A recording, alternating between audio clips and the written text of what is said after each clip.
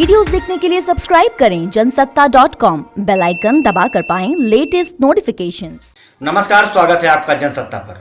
Corona संकट के चलते मोदी सरकार ने लोगों को राहत देने के लिए करीब 21 लाख करोड़ के आर्थिक पैकेज का ऐलान किया था, जिसके बाद वित्त मंत्री निर्मला सीतारमण ने इस पैकेज को डिटेल में समझाया था। ऐसे में अब आरबीआई गवर्नर शक्तिकांत दास ने शुक्रवार को एक प्रेस कॉन्फ्रेंस की।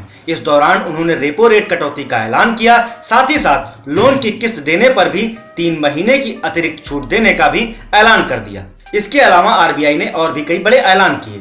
तो आइए जानते हैं आरबीआई गवर्नर की बड़ी बातें और उनके इस ऐलान से आप पर क्या असर होगा।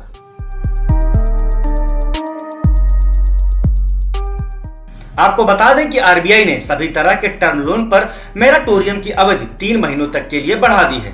अब जून से लेकर अगस्त तक personal loan, home loan, auto loan और क्रेडिट कार्ड के बिल आदि पर 3 महीनों के लिए राहत मिल सकेगी। इससे पहले मार्च 27 को भी आरबीआई ने मार्च से लेकर मई महीने तक की किस्तों पर यह राहत दी थी।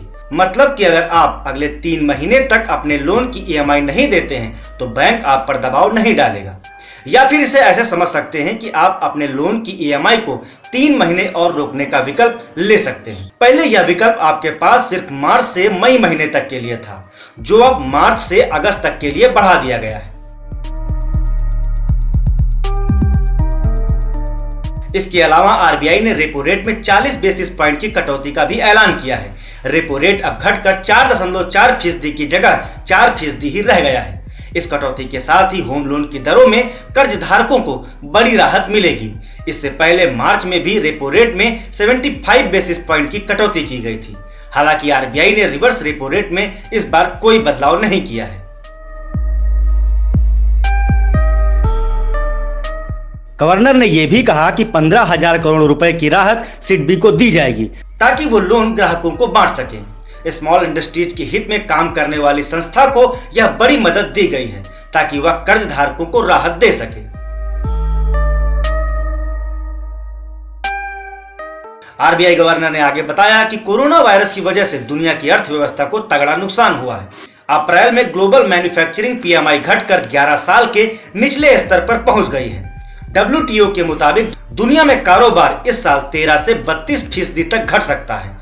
भारत में भी 2 महीने के लॉकडाउन से आर्थिक गतिविधियां बुरी तरह प्रभावित हुई हैं। कोरोना के असर को देखते हुए 2020-21 की पहली छमाही में जीडीपी ग्रोथ रेट निगेटिव रहने का अनुमान है। हालांकि उन्होंने ये भी कहा कि आरबीआई लगातार हालात पर नजर बनाए हुए है। गौरतलब है कि कोरोना संबंधी उपायों से निपटने के लिए पिछले 2 महीनों में आरबीआई गवर्नर शक्तिकांत दास की यह तीसरी प्रेस कॉन्फ्रेंस है। तो यह थी आरबीआई गवर्नर शक्तिकांत दास की प्रेस कॉन्फ्रेंस की बड़ी बातें। आपको हमारी यह रिपोर्ट कैसी लगी हमें बताएं कमेंट बॉक्स में। साथ ही साथ देश और दुनिया से जुड़ी हर खबर के लिए बने रहे जनसत्ता के साथ।